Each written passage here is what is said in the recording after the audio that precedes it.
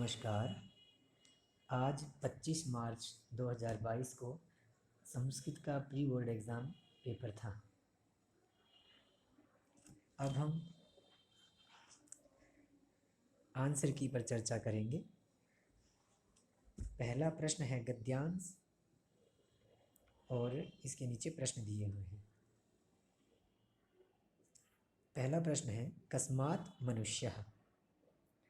तो कस्मात् मनुष्यः का आंसर हो गया प्रथम लाइन की, मननात् मनुष्यः। ये मननात् मनुष्यः। दूसरा प्रश्न है मानवः कतिविधः। मानवोऽपि द्विविधः। मानव भी दो प्रकार के होते हैं, सज्जनः दुर्जनश्च। दुर्जनः सर्वदा किं पश्यति। तो यहाँ हम देखेंगे दुर्जनः सर्वदा स्वार्थं पश्यति। ये थे 3 प्रश्न। एक पदेन उत्तरतः, एक पद में उत्तर देना था। अब है पूर्ण वाक्य न उत्तरतः, पूरा वाक्य आपको लिखना था। प्रथम है इसका दुर्जनः कान् संतापयति, अन्यान् च संतापयति। दूसरों को संताप देते हैं, दूसरों को कष्ट देते हैं दुर्जन लोग। अगला प्रश्न है सकला प्रकृति ही कस्मै प्रवर्तते। सकला प्रकृति ही, अगली ही लाइन इसका आंसर है सकला प्रकृति ही परोपकाराय प्रवर्तते। फिर मानवेन सर्वदा कस्मै प्रवर्तितव्यम। मानवेन सर्वदा कस्मै प्रवर्तितव्यम। मानव को हमेशा किसके लिए प्रयासरत रहना चाहिए, किस कार्य में लगा रहना चाहिए। तो इस गद्यांश की अंतिम लाइन देखिए, मानवेन अपि सर्वदा परोपकाराय प्रवर्तितव्यम। अगला प्रश्न है अस्य अनुच्छेदस्य कृते उचितं शीर्षकं संस्कृतेन लिखता। तो ये जो अनुच्छेद दिया है इसमें मानव की बात हो रही है और परोपकार की बात हो रही है, तो हम इसका शीर्षक दे सकते हैं परोपकारः। अगला प्रश्न नरः पदस्य किं समानार्थकं पदम गद्यांशे प्रयुक्तम। नर शब्द का समानार्थक पर्यायवाची शब्द गद्यांश में क्या प्रयुक्त हुआ है। तो मानव भी है और मनुष्य भी है। मानव है और मनुष्य है। आप दोनों में से कोई भी लिखेंगे तो आंसर आपका सही होगा। मानव और मनुष्य दोनों ही नर के पर्यायवाची हैं, नर और मानव मनुष्य। अगला प्रश्न है पश्यति क्रियायाः कर्तृपदम गद्यांशात् चित्वा लिखता। पश्यति क्रिया के लिए कर्तृपदम क्या है, ये गद्यांश से चित्वा लिखता चुनकर हमें लिखना है। तो पश्यति, दुर्जनः सर्वदा स्वार्थं पश्यति, इसका कर्तृपदम है दुर्जनः। दुर्जन हमेशा स्वार्थ को देखते हैं, तो ये जो दुर्जन है ये इसका कर्तृपदम है, दुर्जनः।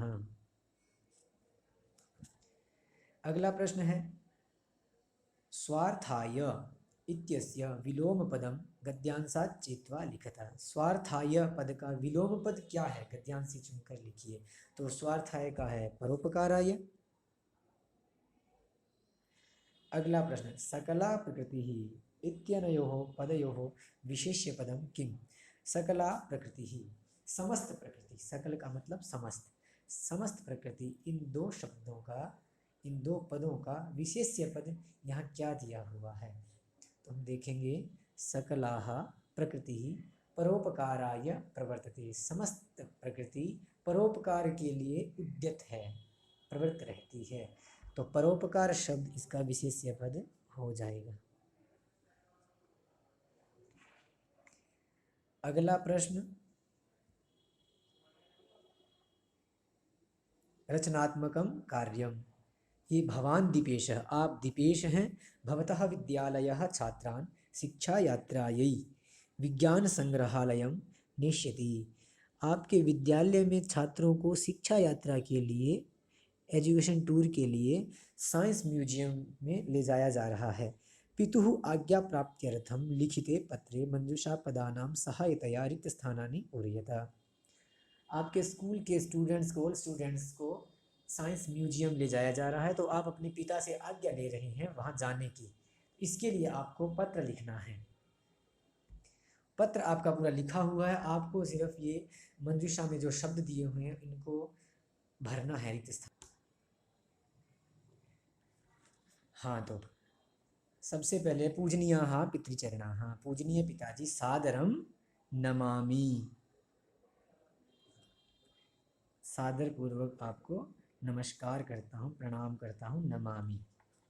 आगे है अत्र कुशलम, यहाँ कुशल हूँ, सब कुशल है। तत्रास्तु, वहाँ भी कुशलता होगी।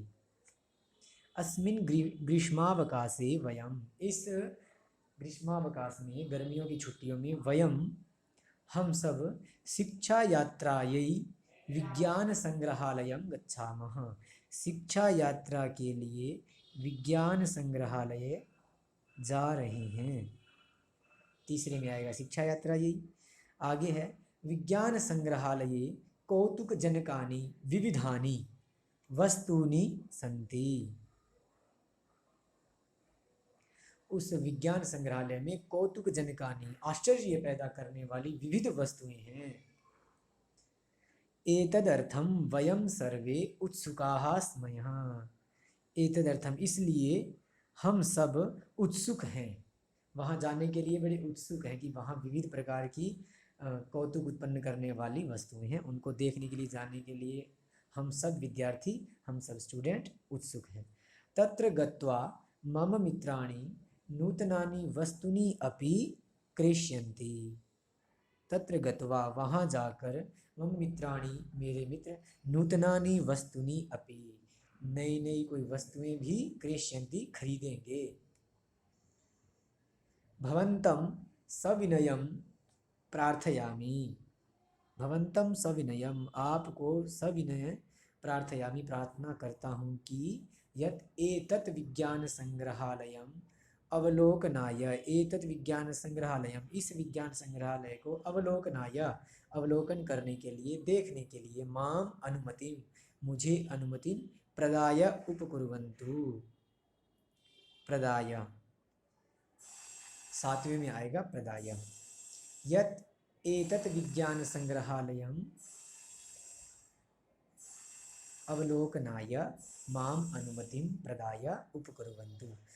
आगे 10वां जो रिक्त स्थान है वह भवताम आज्ञाकारी पुत्रः, जो नाम दिया हुआ है, प्रथम में ही आपको भवान दीपेशः, तो ये हो गया दीपेशः। अगला प्रश्न, इसमें आप देख सकते हैं, कंटिन्यू मैं बोल देता हूँ। पहले में नमामि, दूसरे में तत्रास्तु, तीसरे में शिक्षा यात्रायै, चतुर्थ में वस्तुनि, पांचवें में उत्सुकाः, छठे में क्रेष्यन्ति, सातवें में प्रार्थयामि, आठवें में अवलोकनाय और नौवें में प्रदाय, 10वें में दीपेशः। ये हो गया आपका पत्र। अगला जो है वो चित्र दिया हुआ है। प्रदत्तम चित्रम दृष्ट्वा मंजूषायां प्रदत्त शब्दानां सहायतया पंचवाक्यानि संस्कृतेन लिखता। इस चित्र को देखकर और मंजूषा में दिए शब्दों की सहायता से 5 वाक्य संस्कृत में लिखने हैं। ये आप अपनी स्वेच्छा से, जो भी आपको चित्र में दिख रहा है, वृक्ष है, बगीचा है, पक्षी उड़ रहे हैं, कोई व्यक्ति है जो पौधों को पानी दे रहा है, फल लगे हुए हैं, तो ये सब को देखकर आप अपने हिसाब से 5 वाक्य लिख सकते हैं। यहाँ आपकी सहायता के लिए हम भी आपको 5 वाक्य बनाकर दिखा रहे हैं। देखिए, एतत् आम्रवृक्षोद्यानम अस्ति, यह आम के पेड़ का उद्यान है, बगीचा है। जो शब्द मंजूषा में दिए हुए हैं उनकी सहायता से ही आपको 5 वाक्य लिखने हैं। वृक्षेषु मधुराणि आम्राणि फलन्ति, वृक्षों पर मधुर मधुर मीठे मीठे आम लगे हुए हैं। वसंत ऋतौ उद्याने भ्रमराः पिकाः च कूजन्ति, वसंत ऋतु में उद्यान में भंवरे और पिकाः, कोयल कूजन करती है, गूंजती है, आवाज करती है, मधुर आवाज करती है। एकः जनः आम्रवृक्षान् जलेन सिंचति, एक व्यक्ति आम्र वृक्षों को, आम के पेड़ों को जलेन सिंचति, जल से सिंचन कर रहा है, सिंचन करता है। मानवाः पक्षिणः च मधुराः रसालाः खादन्ति, मानव और पक्षी मधुर मधुर मीठे मीठे आम खाते हैं। ये हमने 5 वाक्य आपकी सहायता के लिए बना दिए हैं। आप अपनी मति के हिसाब से 5 वाक्य बना सकते हैं। अगला प्रश्न है, अधोलिखितानि वाक्यानि संस्कृत भाषया अनुद्य लिखता। ये जो नीचे वाक्य दिए हुए हैं 7, इनमें से केवलम पंचवाक्यम, कोई भी 5 वाक्य आपको हिंदी से संस्कृत में अनुवाद करने हैं। हिंदी और इंग्लिश में आपको दिए हुए हैं, संस्कृत में आपको अनुवाद करके लिखना है। तो प्रथम, दीपक राघव के साथ बाजार जाता है, तो इसका बन जाएगा दीपकः राघवेन सह आपणं गच्छति। दीपकः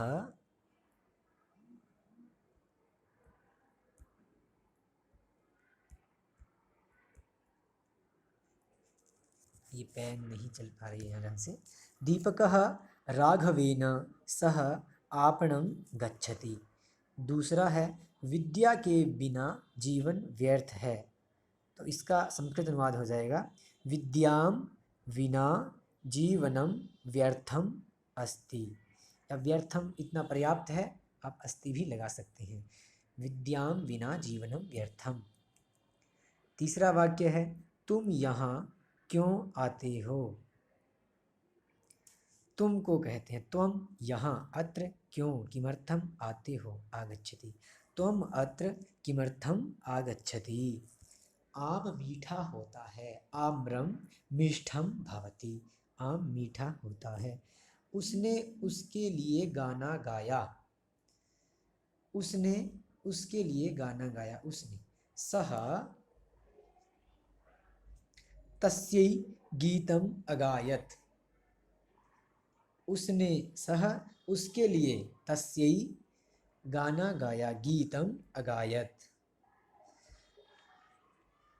अगला है हम कल विद्यालय जाएंगे। हम वयं कल श्वः विद्यालयं गमिष्यामः। वयं श्वः विद्यालयं गमिष्यामः। अगला वाक्य है तुम सब कब खेलोगे। तुम सब यूयं कदा क्रीडिष्यथः। कब खेलोगे। पांचवा प्रश्न है अधोलिखितं गद्यांशं पठित्वा प्रदत्त प्रश्नानाम् उत्तराणि संस्कृतेन लिखता। ये नीचे गद्यांश दिया हुआ है, फिर प्रश्न पूछे गए हैं। प्रथम प्रश्न है कः जनः भूरि परिश्रम्य किंचिद वित्तम उपार्जितवान। इसका आंसर हो जाएगा कश्चन निर्धनो जनः। ये लिखी लाइन कश्चन निर्धनः जनः भूरि परिश्रम्य किंचिद वित्तम उपार्जितवान। तत्तनयः कुत्र निवसन अध्ययने संलग्नः समभूत। उसका पुत्र कहाँ निवास करते हुए अध्ययन में संलग्न हुआ। तो इसके लिए देखो तत्तनयः तत्रैव छात्रावासे, इसका आंसर आप करेंगे छात्रावासे निवसन अध्ययने संलग्नः समभूत। एक पदेन उत्तरत, तो आप छात्रावासे आंसर इसका हो जाएगा। सह बसयानं विहाय कथम प्राचलत। वह बस यान को छोड़कर कैसे चला।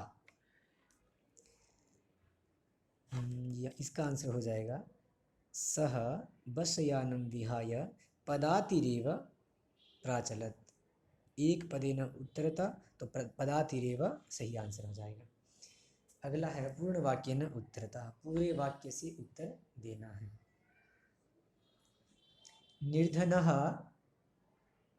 तेन वित्तेन कस्मिन् कार्ये सफलो जातः। निर्धन व्यक्ति जो कमाया हुआ धन है उससे किस कार्य में सफल हुआ। तो इसके लिए आप देखिए तेन वित्तेन, उस धन से स्वपुत्रम एकस्मिन् महाविद्यालये प्रवेशोद्यापयितुं सफलो जातः।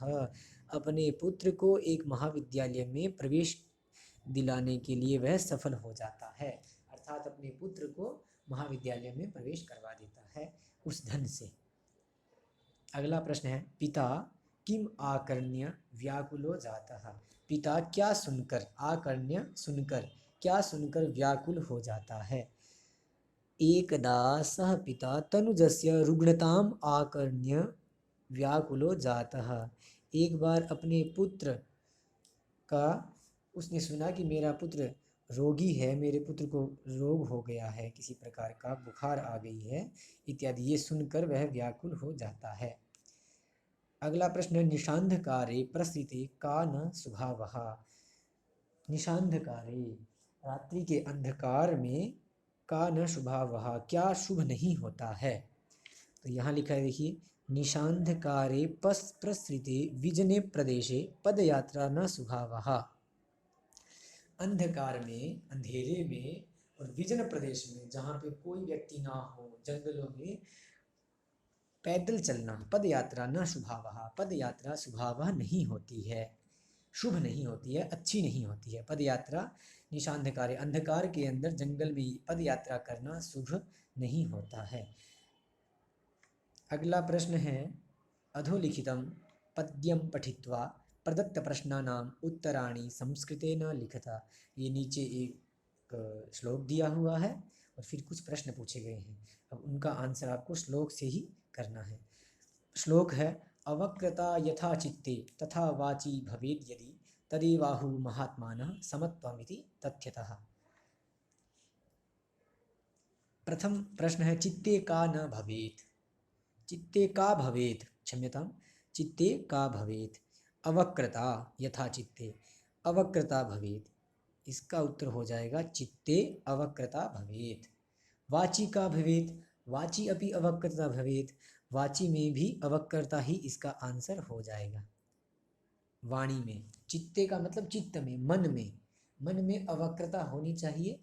और दूसरा है वाची का भवेत्, वाणी में क्या होनी चाहिए। तो वाणी में भी अवक्रता होनी चाहिए, काठिन्य नहीं होना चाहिए, द्वंद्व नहीं होना चाहिए, एक मत होना चाहिए चित्त को और वाणी को। अगला प्रश्न है महात्मानः तदेव किम आहु। अवक्रता यथा चित्ते तथा वाची भवेद् यदि। जिस प्रकार की अवक्रता मन में है वैसी ही यदि वाणी में भी अवक्रता आ जाएगी तो उस व्यक्ति को महात्मन लोग उस को क्या बोलते हैं, विद्वान लोग क्या बोलते हैं। ये समत्वम इति तथ्यतः, समत्वम, इसका उत्तर हो जाएगा समत्वम। अगला प्रश्न है यथा चित्ते चित्ते वाची च का भवेत्। चित्त और वाची में, चित्त और वाणी में क्या होनी चाहिए। तो इसका भी आंसर हो जाएगा अवक्रता। चित्त और वाणी में अवक्रता होनी चाहिए। अगला प्रश्न है महात्मानः तथ्यतः किम समत्वम आहु। इसका आंसर आप ऊपर वाली पूरी लाइन लिख सकते हैं। अवक्रता यथा चित्ते तथा वाची भवेद् यदि तदेवाहु महात्मानः समत्वमिति तथ्यतः। ये पूरा श्लोक भी इसका आंसर लिख सकते हैं। या फिर आप महात्मानः तथ्यतः किम समत्वम आहु। तो महात्मानः तथ्यतः यथा अवक्रता चित्ते भवेत् तथा वाची अपि भवेत् तदेव समत्वम इति आहु। ये इसका आंसर आप लिख सकते हैं। अगला प्रश्न है यथा चित्ते तथा वाची अपि का भवेत्। जैसी चित्त में है वैसी वाणी में भी क्या होनी चाहिए। तो इसका आंसर भी हो जाएगा अवक्रता। चित्त और वाणी में अवक्रता होनी चाहिए। ये हो गया छठा प्रश्न। अब आगे सातवां प्रश्न है नाट्यांश का। अधोलिखितं नाट्यांशं पठित्वा प्रदत्त प्रश्नानाम उत्तराणि संस्कृतेन लिखता। नाट्यांश नाटक का कुछ भाग दिया हुआ और नीचे प्रश्न पूछे गए हैं। तो प्रथम प्रश्न है का युष्माकं सर्वेषां जननी अस्ति।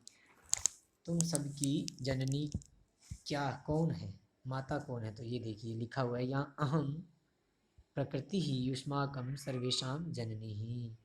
ये इसका आंसर हो जाएगा, प्रकृति हम सबकी माता है।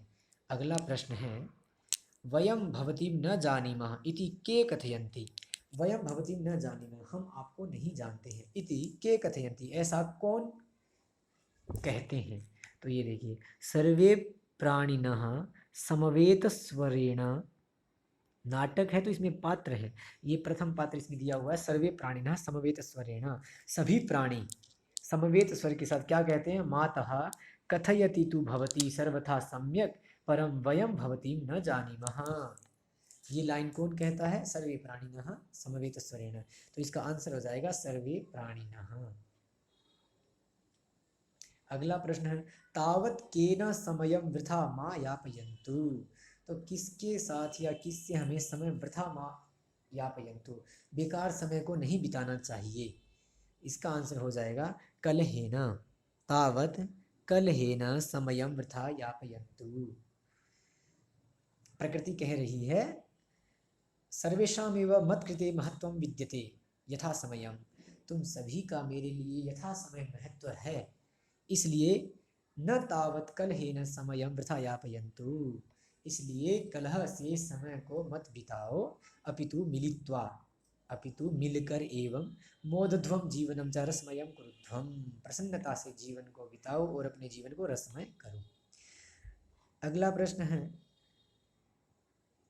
केषां मत्कृते महत्वं विद्यते, केषां सर्वेषामेव, ये देखिए सर्वेषामेव मत्कृते महत्वं विद्यते, इसका उत्तर हो जाएगा सर्वेषां। प्रजा सुखे कस्य सुखम भवति, प्रजा के सुख में किसका सुख होता है, तो नीचे जो श्लोक दिया है वो देखिए, प्रजा सुखे सुखम राज्ञः, राजा का सुख प्रजा के सुख में ही है, और प्रश्न पूछ रहे हैं प्रजा के सुख में किसका सुख होता है, तो इसका आंसर हो जाएगा राज्ञः, प्रजा सुखे राज्ञः सुखम भवति। अगला प्रश्न है जीवनम मिलित्वा कथम कुरुध्वम, जीवनम को मिलित्वा मिलकर कैसा करें, तो ये देखिए जीवनम मिलित्वा रसमयम कुरुध्वम, इसका उत्तर हो जाएगा रसमय। ये हो गया 7वां प्रश्न। अब 8वां प्रश्न है मंजूषातः समुचितानि पदानि चित्वा अधोलिखित श्लोकस्य अन्वयं पूरयता, नीचे मंजूषा दी है, एक श्लोक दिया है और उसका अन्वय दिया है, अन्वय के अंदर आपको रिक्त स्थान दिए हैं, मंजूषा की सहायता से उन रिक्त स्थानों को भरना है, तो इसको हम देखेंगे। श्लोक है अमंत्रमक्षरम नास्ति नास्ति मूलमनौषधम अयोग्यः पुरुषः नास्ति योजकस्तत्र दुर्लभः, ये श्लोक हो गया और इसका अन्वय नीचे दिया गया है, परंतु कुछ रिक्त स्थान दिए हैं जिनमें आपको भरना है। तो प्रथम रिक्त स्थान में अक्षरम नास्ति, श्लोक को देखिए अमंत्रम अक्षरम नास्ति, ये ऐसे ही हो जाएगा, इसमें आएगा अमंत्रम, अमंत्रम अक्षरम नास्ति। अनौषधम नास्ति मूलम अनौषधम, अनौषधम मूलम नास्ति। अगला है अयोग्यः अयोग्यः पुरुषः नास्ति, अयोग्यः पुरुषः नास्ति, योजकस्तत्र दुर्लभः, तत्र योजकः दुर्लभः, ये इनके आंसर हो जाएंगे। प्रथम में आ जाएगा अमंत्रम, अनौषधम दूसरे में आ जाएगा मूलम, अयोग्यः तीसरे में आएगा पुरुषः और तत्र योजकः चतुर्थ में आएगा दुर्लभः। अगला प्रश्न है अधोलिखित कथांशम यथाक्रमम लिखतु, नीचे आपको 8 लाइनें दी गई है, इनमें ये अक्रम से लिखी हुई है, आगे पीछे करके लिखी हुई है, आपको इसमें क्रम निर्धारण करना है। तो इसमें हम देखेंगे प्रथम लाइन है तत्रोपेत्य काष्ठपटले निहितं पटाच्छादितं देहं स्कंधेन वहंतो न्यायाधिकरणं प्रति प्रस्थितौ। इसमें आप सबसे पहली लाइन इसमें आएगी आदेशम प्राप्य उभौ प्राचलत, आदेश को प्राप्त करके दोनों चले, आदेशम प्राप्य उभौ प्राचलत, आदेश को प्राप्त करके दोनों चले। अगले द्वितीय में आएगी प्रथम लाइन ये तत्रोपेत्य, वहाँ पहुँचकर काष्ठपटले निहितम, काष्ठफलक पे निहित पटाच्छादितम देहम, दूसरी लाइन आएगी दूसरी बार तत्रोपेत्य काष्ठपटले निहितं पटाच्छादितं देहं स्कंधेन वहंतो न्यायाधिकरणं प्रति प्रस्थितौ, वहाँ पहुंचकर काष्ठपटल में निहित पटाच्छादित वस्त्र से ढकी हुई देह को स्कंधेन वहंतो अपने कंधों पर ढोकर न्यायाधिकरण की ओर चले। ये हो गई आपकी दूसरी लाइन। इदानीं तीसरी लाइन आएगी आरक्षी सुपुष्ट देह आसीत, आरक्षी जो था वो सुपुष्ट देह वाला था और अभियुक्तश्च अतीव कृशकायः, अच्छी देह थी, अच्छी बॉडी बनाई हुई थी आरक्षी ने, पर जो अभियुक्त था वो कृशकाय था, दुबला पतला था। इसके बाद आएगी भारवतः शवस्य स्कंधेन वहनम तत्कृते दुष्करम आसीत, वो अभियुक्त जो था वो कृशकाय था, तो उसके लिए भारवतः शवस्य, वो जो शव उन्होंने अपने कंधे पे ढो रखा था, दुष्करम आसीत, वह उसके लिए दुष्कर हो गया, बड़ा कठिन हो गया उस शव को उठाना, उसके भार को उठाना उसके लिए बड़ा ही कठिन हो गया। अब इसके बाद ये चौथी लाइन आ गई, पांचवी में आप लिखेंगे सह भार वेदनया क्रंदति स्म। वह जो अभियुक्त था वह भार वेदनया, भार के कष्ट से, क्रंदति स्म रोने लग गया, बड़ा कष्ट महसूस करने लग गया बहुत ही भार के कारण। छठे में आएगी चतुर्थ लाइन, तस्य क्रंदनम निशम्य मुदितः आरक्षी तम उवाच। उसका क्रंदन सुनकर जो प्रसन्न होता हुआ मुदित आरक्षी, आरक्षी जो था, जो उनके साथ गार्ड था, वह तम उवाच, वह उसको बोलता है, क्या बोलता है, कहता है तस्मिन् दिने त्वया अहम चोरितायाः मंजूषायाः ग्रहणात् वारितः। तस्मिन् दिने, उस दिन तुम्हारे द्वारा मैं चोरितायाः मंजूषायाः ग्रहणात् वारितः, वो मैंने चोरी जो की थी, एक मंजूषा, एक पेटी, धन की जो पेटी मैंने चोरी की थी, तुम्हारे कारण मैं उस दिन उसे ग्रहण नहीं कर पाया, तुमने बीच में व्यवधान उत्पन्न किया। आगे इसके बाद लाइन आएगी, इदानीं निजकृतस्य फलं भुङ्क्ष भुङ्क्षध्व भुङ्क्ष्वा, इदानीं अब तुम अपने किए का फल भुगतो, अपनी करनी का फल भुगतो। तो इसमें आपको सबसे पहले आप लाइन लिखेंगे आदेशम प्राप्य उभो प्राचलत, उसके बाद तत्रोपेत्य काष्ठपटले, ये प्रथम लाइन को दूसरे में लिखेंगे, फिर दूसरे को तीसरे में लिखेंगे, फिर आठवें को चौथे में लिखेंगे, फिर सातवें को पाँचवें में लिखेंगे, फिर चौथे को छठे में, तीसरे को सातवें में और छठे को आठवें में। इस प्रकार यदि आप आगे पीछे करके लिखेंगे तो इसका क्रम सही हो जाएगा। ये हो गई इसकी आंसर की। उत्तरों पे हमने चर्चा कर ली है। इनमें से किसी प्रश्न का उत्तर हो सकता है हमसे त्रुटिवशात कोई गलती हो गई हो, तो फाइनल आंसर की तो जो बोर्ड शाम तक देगा वही मानी जाएगी। हमने इस पे पूर्ण प्रयास किया है कि आपको सही सही आंसर बताए जाएं। धन्यवाद, नमस्कार।